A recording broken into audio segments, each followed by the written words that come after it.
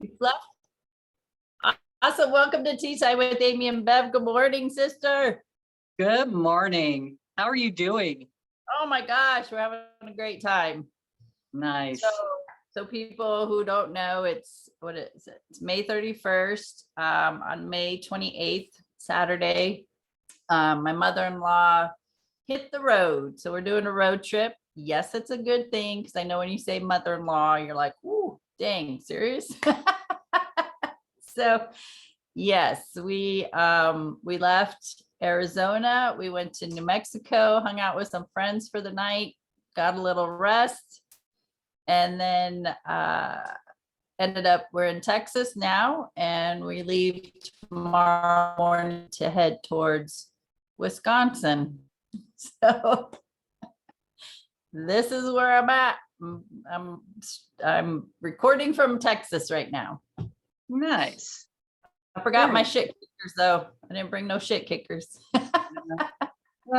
You'll just be there for a few minutes anyways. It's true. It's true. We got here, Sunday. I'm like, when did we get here? What day is it? We got here Sunday. So spending a couple days here and then tomorrow morning we're out. Nice. Very cool. Yeah. Sounds like fun.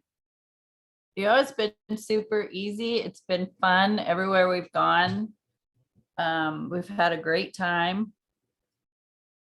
It's nice to have friends along the way so you can take a minute and regroup.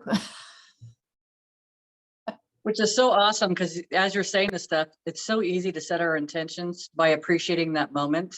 So doing that all the time, and I noticed that with people. So just like you're saying, we're having a great time, everything is going, you know what I mean? You're advertising for more of what you already have, for more of what you want, which is like universe is going to surprise and delight you all along the way because that you've set your words, you've used your magical words to create this magical book that you're writing as you go along. And it's important, just like when people are in pain, it's like when you have that one little glimpse of where you feel good, like relish in that moment. Man, I feel so good I feel so good right now. I feel so good.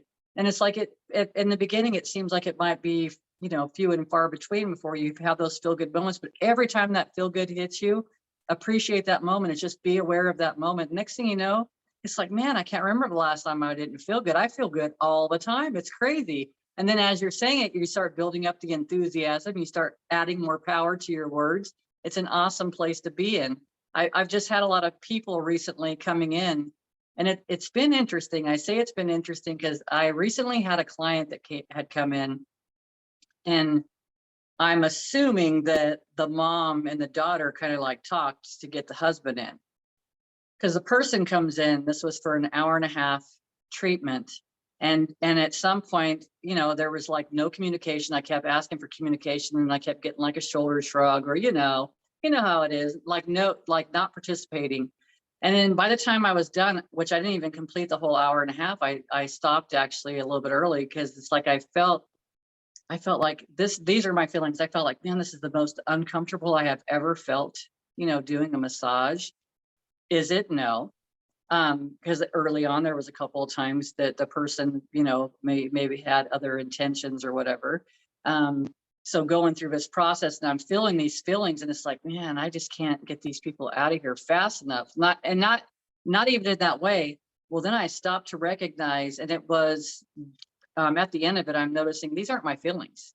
This person's uncomfortable. This person didn't want to come get this done. He's like dragging his feet, coming in to please everybody else. So there's so many lessons going on here, like so much. And then like when they left, it was like, oh my God, like how did I get through that? And I'm like, this is it. I'm recognizing these aren't my feelings because I don't feel that way with someone. These were all his feelings. So it's being aware for a lot of that stuff. But then there was a bigger picture for me because by the time the next day rolled around, I had a client cancel. So I had an opening. And a new person contacts me and I said, listen, if you really want to come in, this is the type, I don't just do massage. This is like a spiritual journey. If you're ready to go forward or move forward or evolve on your journey, then you're in the right place. But otherwise, if you feel like you have to do this because you're trying to accomplish something else, or I'm the healer, I said, all I do is facilitate what you're going to allow into your experience. That's it. That's it. So I said, if you're wanting something more, you might want to contact somebody else. So for me, that kind of just helped me define what I'm looking for. And even when I got done with that, and she's like, oh my God, I needed this. And she's telling me her problems on the phone. And I'm telling her, and she's like, oh my God, you know this stuff. And I haven't even met you. Yeah, because this is like stuff. I said, we can all do this. I said, but it's up to you where you want to go. It's your choice. This is all your choice. So I'll be along with this person. Huh? I was gonna say, I love that because that just really, that amplifies your growth. Yeah. Right. And then what a celebration that is, because now you're listening.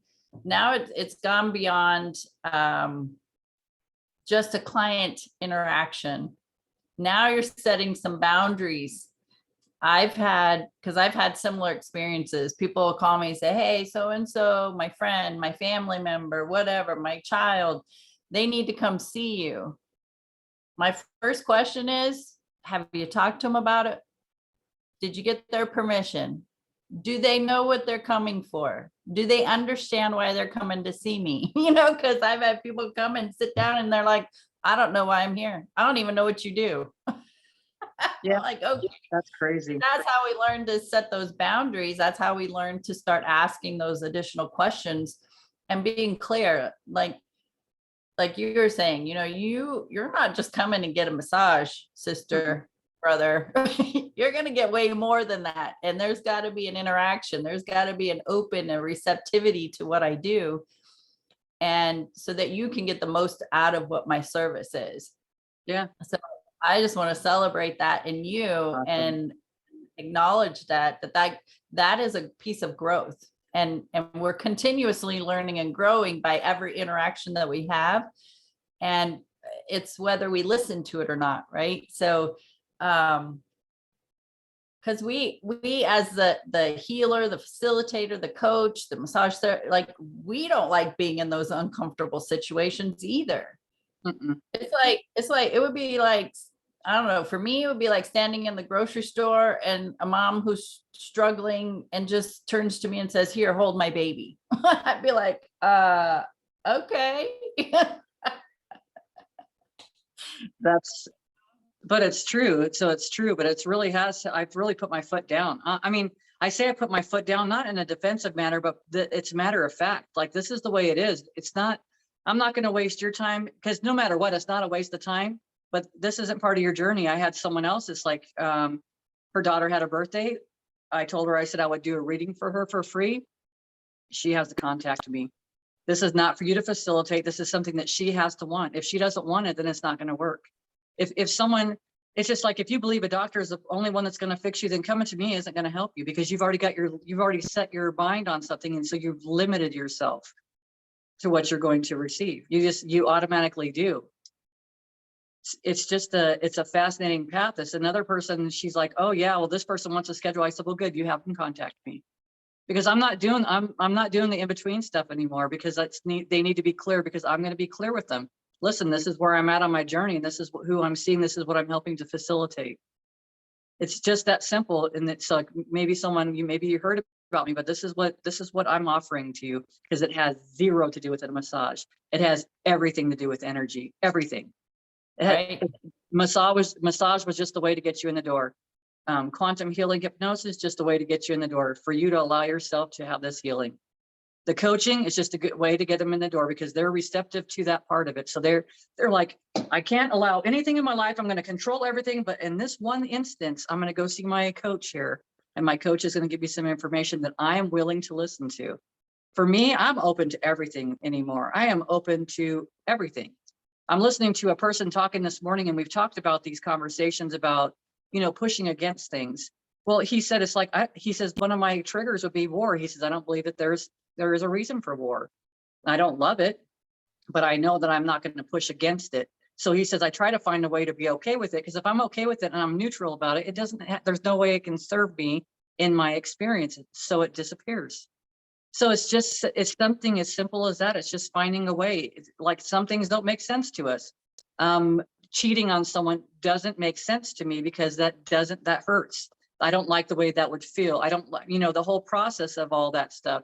There's been an evolution of it. I've had experience in my life. So it's like, you go through these things And it's like, that might be okay for somebody else, and they might not even refer to it as cheating. And it's okay for that person, but it's against me. So if it's against me, then I'm going to resist it. I'm going to push against. So it's for me to be okay with it, and then not even and be neutral about it. Because again, it has nothing to do with me. If in a situation like that, if that happened to me, it had nothing to do with me. It doesn't mean that I'm not worthy. It doesn't mean I'm not good enough. It means the other person has some things that they're looking for, need to be seen, need to be heard, etc. When that goes along with, I was gonna hit on this when you said, I'm not gonna be the middle person anymore. Yeah. Right. Oh. When I had a mom who said, hey, my daughter's going through all this stuff. I think she needs to come see you. And she was underage. So first of all, I was like, okay, do I have I need your permission to sit with this girl by myself in a room, right? So first of all, covering the legalities of being with a minor, but in my head, because I kind of know the mom, in my head, I'm thinking this isn't for her, it's for you, right? It's the mom that needs to come see me. Mm-hmm. It's the mom being triggered. It's the mom that needs to check herself, do some healing, because her daughter is showing up as a teacher for her. So that's usually my first thought, is when, especially when it's a mother-child situation, and they're like, oh, my husband needs to come see you, my child needs to come see you. I'm like, let's start with you. You come see me first. Yeah, because that automatically lets me know that person's a fixer, because they're trying to fix things. Yeah. And so for me now, and I don't know how you are now, but if I had those feelings when a client was talking to me, I'd be like, this isn't about the child, this is about you. I mean, that's where I'm at right now. It's like, let's just skip all the crap. Let's not talk about the weather and the last football game. Let's talk about what's really going on here. I had a client recently. Oh, go ahead. I was just going to define for our audience the fixer. So the fixer is the person who wants to soothe everybody else and is a control freak as well, because the fixer wants to control the situation, the experiences, the people that are around them, so that they can do what the fixer wants them to do, so the fixer feels better. Because if everything's calm, if the waters are calm and everybody's getting along and we've got everything soothed, then the fixer feels better, and the fixer can relax and be calm. And the other side of that, though, is the fixer also looks for situations to fix, looks for people who are quote unquote broken, because they need to keep doing that to calm the waters and make sure everybody's okay and be that mother hen. And so even though maybe their home life is okay, they will find something at work, or they'll find something in a volunteer situation. They will find something to quote unquote fix. And keep them busy, so they're not looking at themselves or not dealing with the emotions that they put aside. Yeah. That's right. They don't do internal work. Everything external needs to change so they can be happy. So the fixer can be happy. So I just wanted to define that for our audience so they understand what we're talking about. I love it. So I'll get your take on this, because I already know how I have responded to it. I have a client, we talked about letters you're never going to send. So a letter you're never going to send, you can define it any way you want to, but usually it's to, like, maybe a person, a place, a situation. Maybe you have several places or persons, places, whatever, and you're going to write more than one letter. But you write a letter with all your emotion on that piece of paper that you're never going to send, and then you shred it or you burn it afterwards. It's destroying it. Well, I had a client, she's like, oh, I wrote the letters, I just haven't burned them yet. So what is your take on that? As soon as I say that,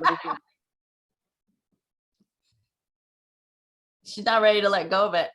That's exactly what I told her too. I said, listen, you need to go back to those letters, because there's something in those letters that you're holding on to. On to it. Yeah. I said, otherwise it would have been destroyed immediately after writing. Yep. Yeah. There's some what comes to me is an identity. There's an identity for her that's in that experience. And You're if I let 100%. that go, then I'm not going to get the attention I need about it. Yeah, 100%. It's become a story. Even some of the other situations, like, so let's just say that someone's having spinal issues. We'll so even go to maybe a scoliosis or maybe, disc degeneration or something like that. I mean, that's your whole support system. And if Yep. you're going through where your spine's going a million different directions, you're playing tug of war with yourself. Like the things that need to be done, or maybe you have one side overpowering another. That because you're overdoing, like if it's on the right side, you're overworking, you're overdoing things and not setting back. And I've even dealt with this just recently because I've been going through and cleaning the floors and, doing a lot of stuff. I've had this doing behavior. And then it's like my left knee's been bothering me. So I'm not moving forward.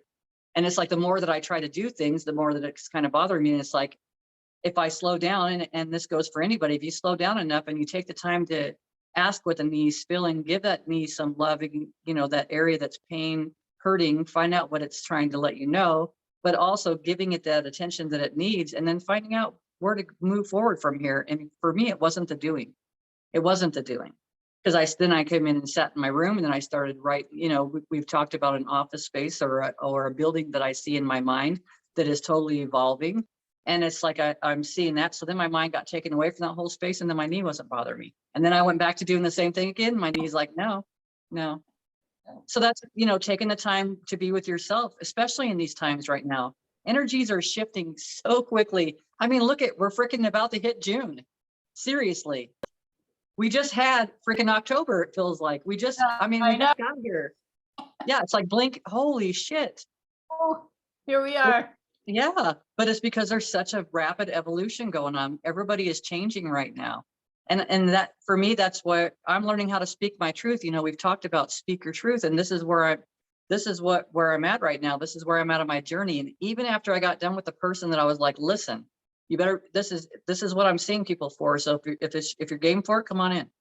And then even after I get done with that person, I was like, I know that the benefit could happen through the quantum healing. I know that that's a benefit, because now they're hearing their own words in a session, in a recording, speaking to them. Right. They hear it themselves. So it's not coming from outside, because again, I'm outside when I'm bringing this information. And all I am is a facilitator to guide you back to yourself. And that's why I told her, I said, I'm just guiding you back to you. I am not your healer, because she's like, oh, I wish I could just take you home. Yeah. But I said that this is all I'm doing, is guiding you back to yourself. This is your journey. If you choose to take it, you can have these triggers and you can notice them as an opportunity and then make your choices from there. That's, I was going to hit on that earlier when you were talking about massage, and when when somebody goes to see you for a massage, they're not just getting a massage. They're not there for the massage. They're not. They are there to be in a safe space where they can relax and allow some layers to come to the surface, emotional layers to come to the surface, so they can look at them, and you're that voice to bring that forward. And it's the massage is the means to connect the two of you together. It's the same thing with Reiki. It will be the same thing with this new service you'll provide. It's the same with a past life experience. It's the same with chakra balancing, coaching, oracle cards, coaching. It's all those things. It's all those things. That's just what a person allows. It is just a means to bring two people together to be in a space, and the person who is, I'm going to use the terms higher vibration, are going to hold the space for this new person coming in, knowing that they're either their spirit is telling them, or they just know that it is time for some kind of a change in their life. And the connection, whether it's me or you or somebody who does tuning forks or singing bowls or angel card readings, it doesn't matter the modality. It is the stepping stone to that journey they're about to embark on. 100%. So really, we could, because everything's energy, we could not even do the service. not do a massage, not do an angel card reading, not do singing bowl, not do any of it. Just provide this space for the person to come in. And we as guides or detectives, right? We're like detectives because we ask the questions for them to contemplate, for it to come to, for this emotional stuff to come to the surface for them to look at. And in doing that, they would feel the relief in their body, just as if they had the massage or the Reiki or the chakra balance. Like it would be the same experience in their body without having the service. 100%. Conversation. Yep. Not even the conversation. It's just, if you were to be, which is an intimate setting, but if you've seen Mary Magdalene, in the beginning of Mary Magdalene, she's witnessing a woman they're going to have to do some sort of cutting. I think it was episiotomy or something, but they didn't call it then because the baby wasn't coming out and they needed a little bit more space. And she laid down with her and then just looked into this person's face with such love and was with that person while that happened. And that's really all that needs to happen. But that's not a comfortable place for everybody to be in. And it's interesting, as you were saying this stuff, it's like, you said tuning forks. Well, I can do tuning forks. I have not yet used them on clients. But then I'm like, holy shit, I've spent so much time trying to perfect Reiki and the tuning forks and the chakras, all these things that I have an interest in when all that doesn't matter. That was just all I was doing was creating thousands of doors for a person to get to me. That's all. It's so crazy. Like that blows my mind right freaking now. It really does. I did the same thing, Bev. I did the same thing. How many things am I certified in? Because I felt like I needed more information. I need to know how to do this. I need to know how to do this. I need, right before I can provide any kind of service, before I can be of any benefit. When the fact is, just like I love what you just said. I was creating doorways for people to get to me. Yeah. But here's the thing. People are going to be resonating to me no matter what. Yes. So I guess I'll just advertise like, hey, come in so we can lovingly look into each other's eyes. There you go. I mean, what else? I don't know what you could say for something like that, but it's that simple. Could you imagine being in that space of love all day long? Yeah. What does it look like? How does it feel like? How can I do that? Like asking all those questions, that goes back to the same thing. So then I was writing down perfecting, facilitating. You know what I mean? Facilitating the person to their greater, higher self, and also perfecting communication. And communication is such a wide variety of things. It's not any one thing. Right now I'm like, am I even going to go get a third class for the QHHT? I don't freaking need it. I don't need it. I didn't need it after I didn't need the second one. And that's one thing I've noticed. Huh? I was practicing energy work. I didn't call it Reiki at the time because I was not certified in Reiki. So I was just an energy worker, right? And I was practicing energy work on my friends and family. And like, I don't know, 2-3 years later, it was suggested, go get a Reiki certification. I said, well, why do I need a Reiki certification? And she said, this is a mentor. And she said, well, people like to see that certificate. I said, oh, okay, that makes sense. I mean, you go see a doctor or therapist, right? You want to see their credentials. So I'm not kidding you. The first class that I attended, now this was like I think it was like 6 weekends. The first class I attended, partway through, I was sitting there and I'm like, first, I was like, I don't even want to be here. I don't know why I'm here. It didn't feel right, but I had it in my head. This was early in my stages of learning this stuff. It was in my head. I needed that certificate. So I got to suck it up and I got to get through this. Right. So I did. And I mean, I did end up having a cool experience from it. So I don't disregard it at all. But you know where that certificate has been since I got it? in a binder, in a plastic sleeve. Not one person in what, 17 years has ever asked for it. Because it only matters to the person getting it. And even it sounds like it didn't even matter that much to you to get it.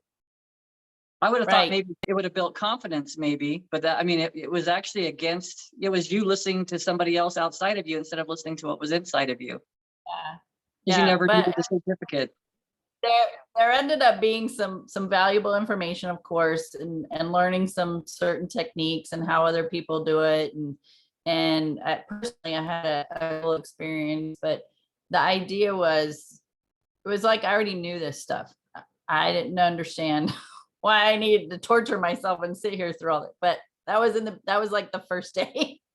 And I am glad I sat through it. But the idea is that we've said this before. I know it, you know it.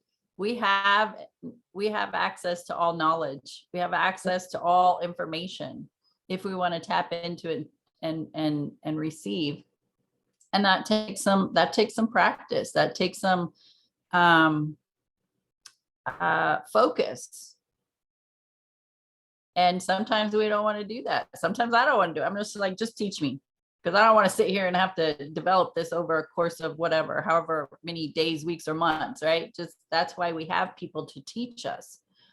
So, and then I did end up continuing the journey to become a Reiki master, because again, that's another doorway for people to connect with me, even though anything that has to do with the physical body and the journey of healing, that's exactly what it is. It's a step on a journey to your healing. And this is the modality you've chosen. So crazy. And It so is. some people like massage, right? You've Yeah. taken an embrace massage, like it is a spiritual thing. It is a healing. It is holding space. Like you've just I love your energy, your space, because it has so much love in it. And you just feel it as soon as you walk through the threshold of the door, right? Other massage therapists I've been to, you can feel that they have a certain technique and a certain process. It is the same every single time you go to them. Let me tell you, not with Miss Beverly. Because it's No not way, about no that. how. Yeah, thank you. Thank you. But I mean, I'll take that as a compliment, honestly. It's so cool. Yeah. It's just because You that's don't leave not the what we're same here. person. You do what? Like you have the same body, but you don't leave as the same person that you did when you laid on the table. Because everybody always feels better when they leave. And if they don't, it's like, then they're processing or they have emotional triggers. There's something going on to release. And it's an awesome place that I get to facilitate. That's all. Like, it's nothing more, nothing less. Like I said, it could be just that when you come in, you lay on the table, I'll lay on a table across from you, and I'll just look at you with such great love. I'm gonna just lay there and Yeah. hold space. Which, even going back to that simple act, we go all the way back to when one of the first classes I had done with you, or had been in the class that you had held.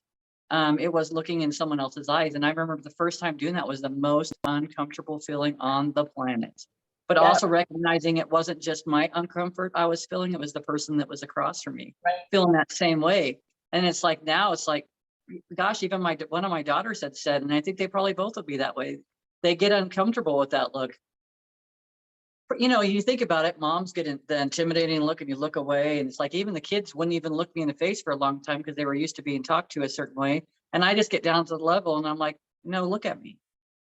The reason I'm talking to you about this is because I'm just like giving you some guidance for you to look at, take it or leave it. But here's the right. information. I'm not yelling at you. I'm not mad at you. I'm not trying to make you do something. I just want you to, process what I'm saying to you. That's all. And it's like they totally changed their mind to me or their behavior. Yeah. And you know what I recognized just recently, and it kind of surprised me, but on the other hand, it didn't, because I do have an introverted background. And so we do develop habits and stuff and avoidance. And looking into somebody else's eyes is an avoidant. An introvert will not look you in the eye and hold that, right? I had to train myself to do that. And just recently, I had the thought, I was like, when I say I love you to somebody, am I looking at them? And so I've been recognizing it's in the hug, right? We Yeah. embrace in a hug, and where's our heads turned away, and I'm saying, I love you, or through a text, or through the phone, right? So I was like, okay, this is something I'm working on. And I started with my son, and we saw him last weekend. And typically we hug and say, I love you. And that's it, right? We hugged. He said, I love you. I said, I love you. And then we stepped back, and I looked right into his eyes and said, I love you. And it was it was kind of a pause that he looked at me, and then we went about it. But I'm just recognizing, like, we don't have that eye communication, like what you're talking about. So still having, we're evolving, but still having a separation and not recognizing it until you can get to this place where you have such an awareness about everything. And then you start recognizing all these little things. Like we've always said, nobody's perfect. I mean, we've been trained out of perfection from the time that we got here. Honestly, we've been trained away from that, because really we are perfect. We're perfectly us. We're perfectly Right. part of the whole. You know what I mean? There's all these wonderful things. We're all necessary. We're all amazing. But it's like these little things, if you don't notice it, if you don't take the time to really be present with things, you don't recognize those things, because we've had a habit for 51 years. You know what I mean? We've had a habit because we've been taught the same thing. I mean, how often I honestly can't even tell you if I can remember ever anybody sitting in front of me for all the time growing up and just looking into my face and my eyes and then telling me they loved me. I was just going to ask Honestly, that. Like, yeah, I don't know. Ever in your life have your parents just look at, no, it's in a hug, it's when they're tucking you in and they're busy, it's when you're as a teenager, you're flying out the door, love you mom, love you, be careful, have fun, right? There's no I love you, Bev. Yeah, I love you. But it's even for me to get down with my grandbabies and say the same thing, because I'm always telling you, or telling them. I'm always telling them, because I do. I love them so much. Well, we do. And then, but it's like you said, it's in a text and stuff like that. But even with my kids too, just the same thing. I don't know that that's something. I went back to my child behavior. I don't know if that was something that I experienced before, and I probably would have to say, yeah. I mean, this has been my experience, which also tells me that I never raised my kids that way. I never got down to their level and told them how much I loved them. I might stop and I've a few times have sent them like messages, I know that I wasn't always the greatest mom. And they're like, what are you talking about? Well, for me, from my perspective, from where I'm at right this moment, I wasn't the greatest mom that I could be right now. You're just like, listen, you don't really realize how jacked up you are yet. I do. Yeah. But Here's your award for making it through, your trophy and your millions of dollars. I'll see you after your therapy. Right. I didn't save money for your college, but here's some money for therapy. That's right. That's right. You survived, Mom. That's all I can tell you. That's right. But it's like I tell everyone, we can only operate from what we know, from what we've been taught. So it's like it's not good or bad. It's good. No. It's not good or bad. It's just an awareness of it. It's just like, I think there's some other things in my journey that would feel a lot better than this. And looking at someone in their face, I mean, I can't even tell you how many of my clients that we say I love you to each other.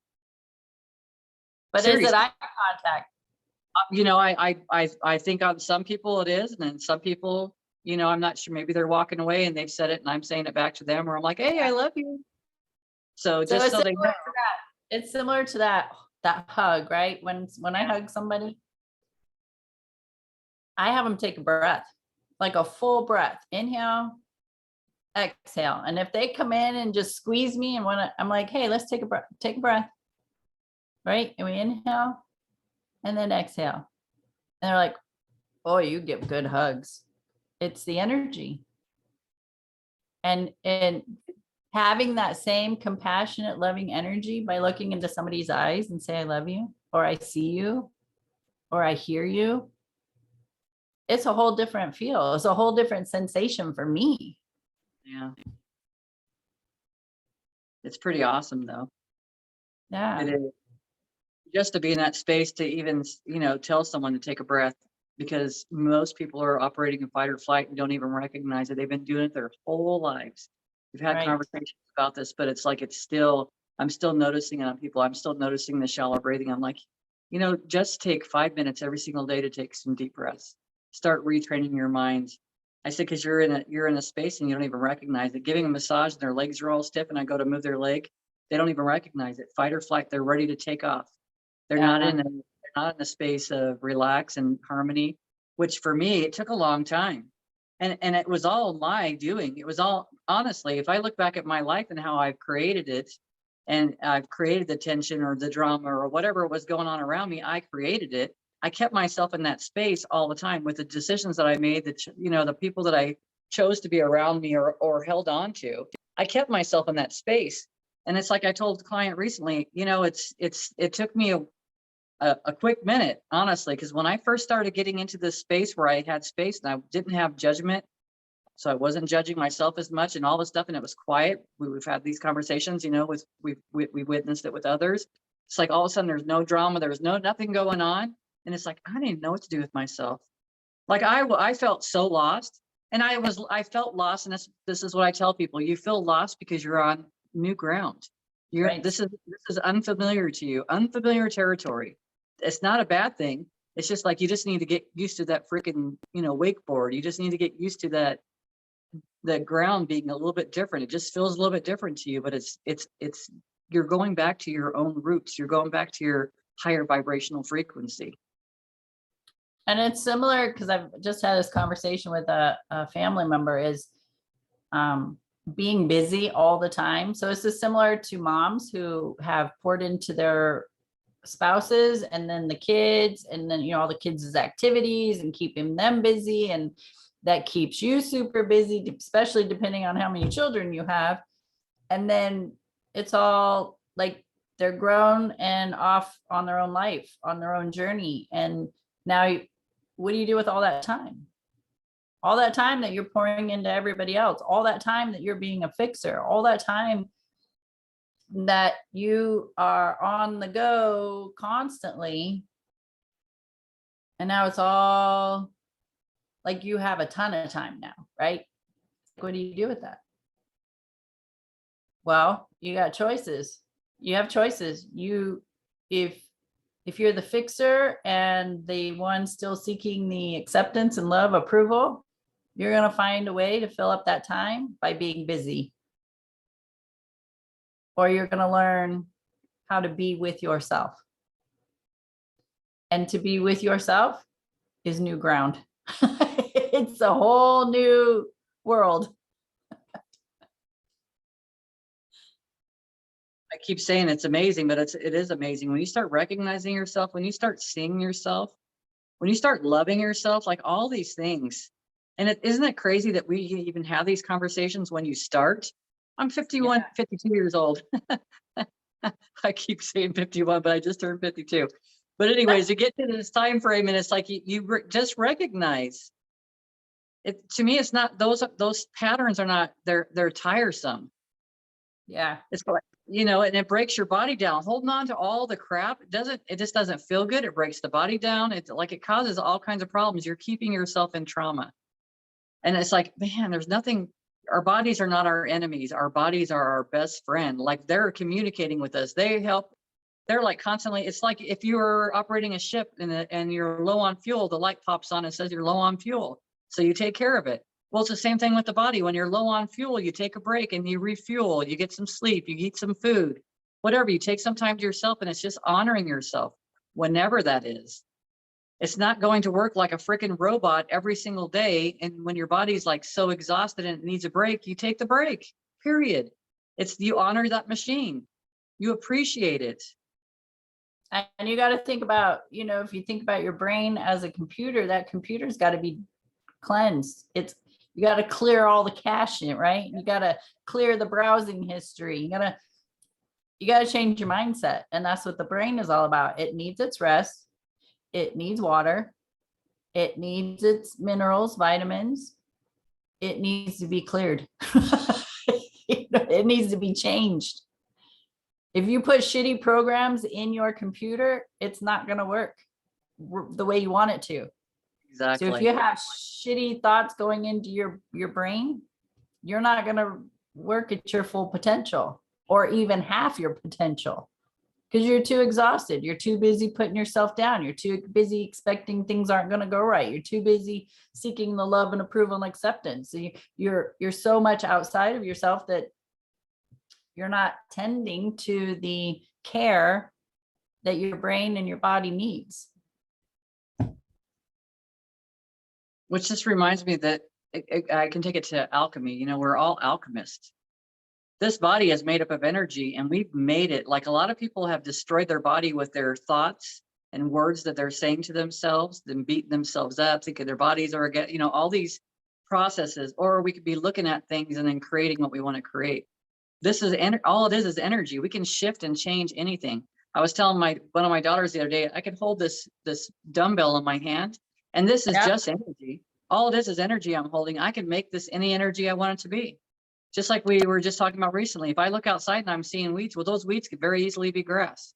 It's just energy, but it's where our beliefs are. It's what we're trying to control. It's, you know, and to me, it's like in your mind, painting the picture that you want to see out there, not trying to control it, but just playing with it, having a good time and seeing what comes out of it. Yes. And that goes back to me, you know, on this trip. I'm like, what? I've expected, as easy as it was we laid this trip out in like an hour. Nice. When we planned it, it took like an hour from the time we said we're doing this to the time I bought my plane ticket back from Wisconsin back to home.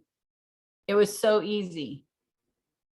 And then I've just been talking about it, going, I'm so excited. I'm so excited. And being excited about it and wanting, you know, knowing it's going to be playful and fun and fun conversations and laughter. Like I've set that up for myself. Even though, right, people think, oh, you're going to go spend time with family or with your mother-in-law. Are you going to be okay? Are you going to survive? Have we laughed and joked about it? Absolutely, because it's pretty damn funny. But I also knew we were genuinely going to have a good time and be filled with laughter along the way. Which is wonderful. And I can't have that experience if I'm thinking, oh my God, I got to go see this person. I got to go see that person. They're a pain in the ass, but I'm obligated because they're family. And I got to be there for like 2 days. What kind of trip is that? Yeah. Why would I set myself up? Why would I even go? Why would I even plan it? Right? Yeah. So it's going to be fun. We're going to have a great time. It's going to be exciting. Super jazzed. Yeah. And so far, it's been great. Yeah. That's awesome. Even had the best shopping yesterday. You know, it was like 60% off what I already bought, and then get to the register and she's like, are you using your store credit card? I was like, yeah. She goes, okay, let me take another 20% off. I'm like, yes, you will. Thank you very much. And are you coming to lunch with us? That's awesome. My new best friend today. That's right. That's right. Here's my cell phone number. Call me. Call me. We'll be friends now. That's awesome. But that's the fun. That's if we look at everything and do everything that way. And if you're not feeling in that mood, then you go back and relax, you meditate, you breathe, you do whatever it takes to get yourself recharged, refueled, so you can go back out and have a good time. And if you're feeling tired, you've overextended yourself trying to fix, trying to be perfect. Like all these things are what they deplete you. Yeah. And it comes back to what we say every freaking week. It is a choice. It is. It is a choice. You can So, continue to punish yourself or go celebrate some life. right. I was going to say, I get to choose. Am I going to do something that's fun, that I enjoy? Or am I going to set myself up for a crappy experience? I've had enough of those. Me too. And then it's like, okay, well, am I going to keep telling my old stories that berate me and put me down and make me feel like crap? Or am I going to start telling new stories that, hey, you know what? I've come this far. I'm amazing. I'm persistent. I have perseverance. I am courageous. I'm all these things. But I'm the one that has to tell myself that because nobody else in my life has been telling me that. And if they have, I haven't been in a space to hear them because I was too busy in my own head beating myself up. So, which feels better? And it may feel foreign to tell yourself some good things about yourself, but the more you practice it, and again, it's a choice, the more you practice it, the easier it gets and the better it feels. And when you're telling yourself good things about yourself, the more you yourself are going to live up to what you're telling yourself, because right now you're living up to the stories you've been telling yourself of not good enough, of not being loved. So change the story, this is what I say, change your perspective about your life. You start changing your stories. And you dictate how people treat you. So if you're not loving yourself, then you're not going to be loved. If you're judging, you're going to be judged, you know? If you're Right. judging yourself, you put yourself in a place to be judged. All those things go hand in hand. So it's like, treat yourself. This is your best friend. You are your own best friend. And if you think about it, there's so many things that we would never tell our best friend that we've told ourselves, ever. And your best friend can do all kinds of things that someone else might consider as ridiculous, stupid, what the hell, you know, all these things. And it's like, but that's your best friend. And you love your best friend. And you don't judge your best friend. I have to have this body till I take my last breath. So people live in their body like they're at war because, well, my body's against me. Bitch, it is not. You created it. Stop telling that story. Now, Yeah, stopping it, right? You're hindering it from having its own healing. You're hindering it. You're trying to keep it in the same place by keeping the same record going. It doesn't serve. No. Not to your highest good. Yeah. And the more you tell your body that it sucks, that it's horrible, that it's fighting against you, guess what you're going to get more of? This would be the same as Bev. Earlier, she talked about her knee. And if she would have just kept pushing through and getting things done and staying busy and distracting herself when her body's like, no, you need to rest and you go do this, go do something else, she would be in excruciating pain. She would probably be going to see a doctor. Why is my knee hurt? Do I need surgery? What kind of issues do I have? And then we just start feeding that in, right? And what you focus on grows. What it just gets amplified. And then it's the woe is me. And now you're on your pity party. And now you're getting attention and love by means of, well, I can't do what I used to do. And I got to sit here and rest. And now people are going to cater to me. No, I am not down for that. You have the ability to listen to your body, to make to feel better, to tell yourself different stories that amplify the goodness within you. So you got a choice and you get to do it or not. I'm getting on my high horse and getting ramped up right now.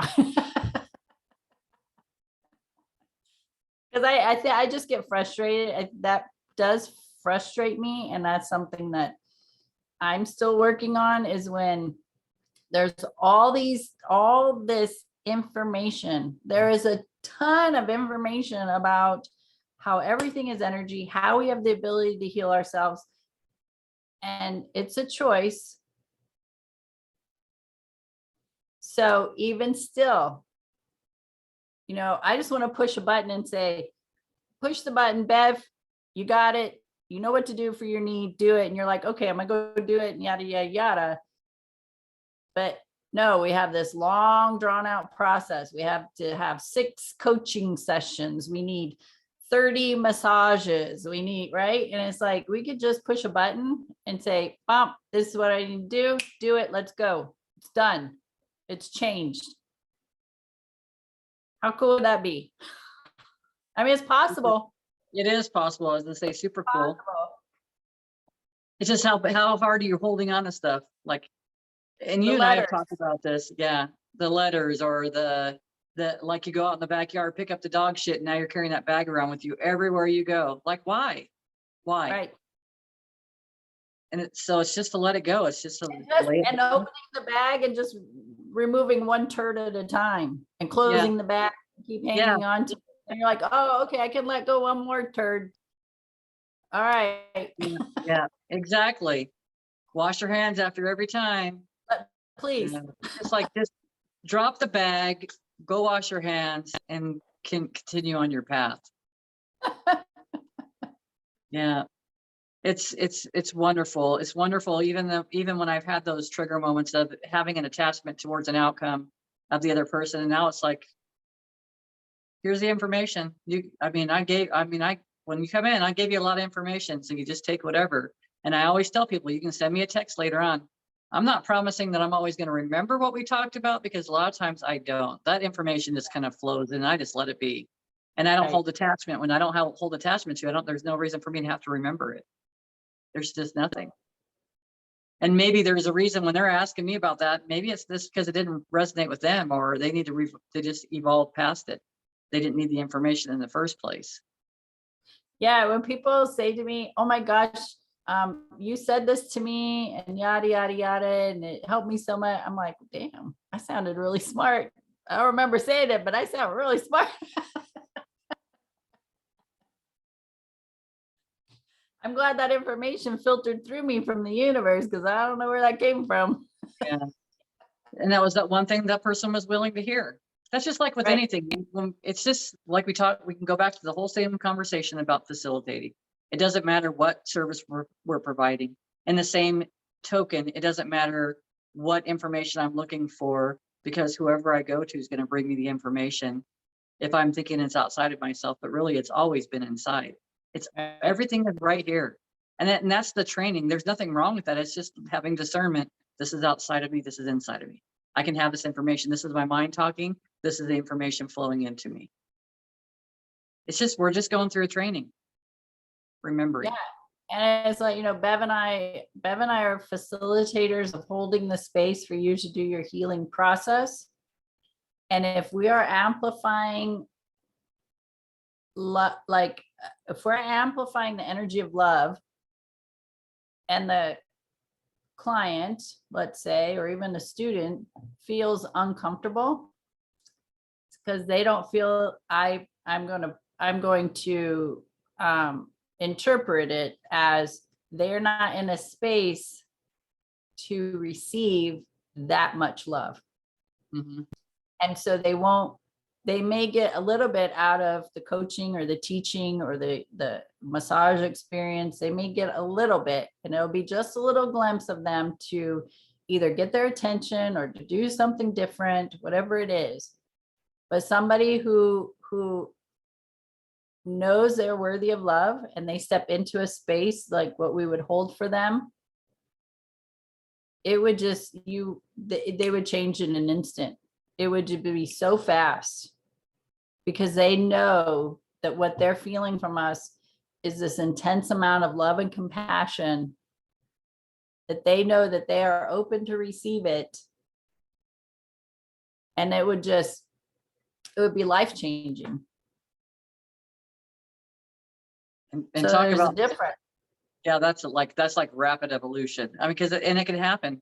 It's just what we're willing to not keep holding on to. Right. We hold on to a lot of stuff that keeps us from that space. That's all. Yeah. Well, I love this conversation. It was so good. It was good.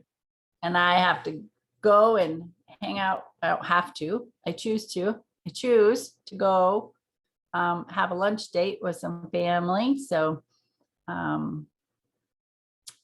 I will be on my Facebook. I've been posting pictures along our journey, and so people can look that up, or letting you know that that's where some stuff is. But I love this conversation today. It was great. It was great. Thank you. And I Yeah. love you. And I love you. So good. All right, my friends, I hope that you got something out of this as well, that we have provided some information, knowledge, wisdom, experiences that will help you on your journey. And even if it's just that little tiny shift just to get started, everything counts. Small, big, everything counts. And you also know other people who would benefit from this information too. So please share what we're teaching and sharing.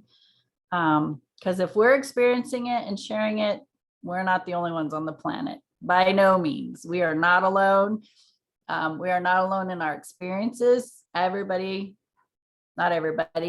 There are people who have had similar experiences and are seeking this type of wisdom as well. So please let them know that we're here.